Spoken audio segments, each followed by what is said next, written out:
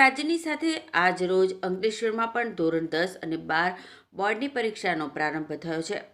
અંકલેશ્વર નગરપાલિકા સંચાલિત જીનવાલા અને MTM ગર્લ્સ હાઈસ્કૂલ ખાતે શહેર ભાજપ પ્રમુખ ધર્મેન્દ્ર પુષ્કરણા, નગરપાલિકાના ઇન્ચાર્જ પ્રમુખ ભાવેશ કાયસ્થ સહિત સભ્યો અને ભાજપના પૂર્વ પ્રમુખ નરેન્દ્ર પટેલ સહિત આગેવાનોએ વિદ્યાર્થીઓને કુમકુમ તિલક અને પુષ્પગુચ્છ આપી સ્વાગત કરી શુભકામના પાઠવી હતી. અંકલેશ્વર ઝોનની વાત કરીએ તો અંકલેશ્વર ઝોનના સ્કૂલ 42 બિલ્ડિંગમાં SSC બોર્ડની પરીક્ષા યોજાઈ રહી છે, જેમાં SSCના 10,383 વિદ્યાર્થીઓ પરીક્ષા આપી રહ્યા છે. તમામ પરીક્ષા કેન્દ્ર પર CCTV, પીવાનું પાણી તેમજ મેડિકલ ટીમની વ્યવસ્થા ઊભી કરવામાં આવી છે. પરીક્ષા સમયે કોઈ અનિચ્છનીય બનાવ ન બને તે માટે પરીક્ષા કેન્દ્રોની આસપાસ ચુસ્ત પોલીસ બંદોબસ્ત પણ ગોઠવવામાં આવ્યો છે.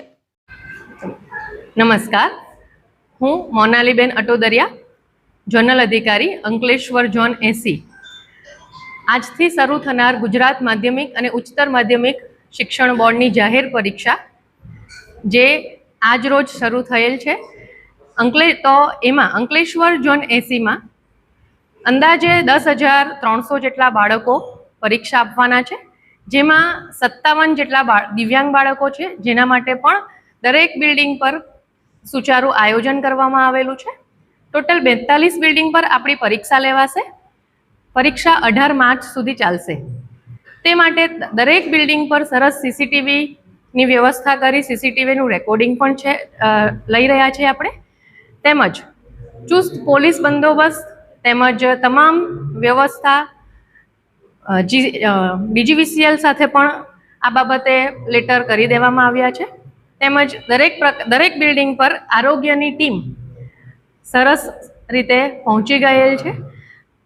આથી 42 બિલ્ડિંગ પર સુચારુ રીતે પરીક્ષા શરૂ થઈ ગઈ છે. આભાર.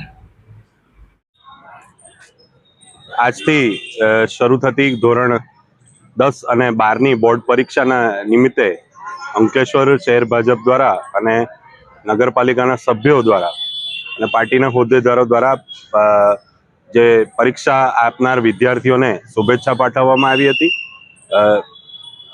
અંકલેશ્વર શહેર ભાજપ દ્વારા હું વિદ્યાર્થીઓને શુભેચ્છા પાઠવું છું કે ખૂબ સારી રીતે તેઓ પરીક્ષા લખે અને તણાવ મુક્ત થઈ અને એક્ઝામ આપી પરીક્ષામાં ઉત્તીર્ણ થાય એવી શુભેચ્છાઓ.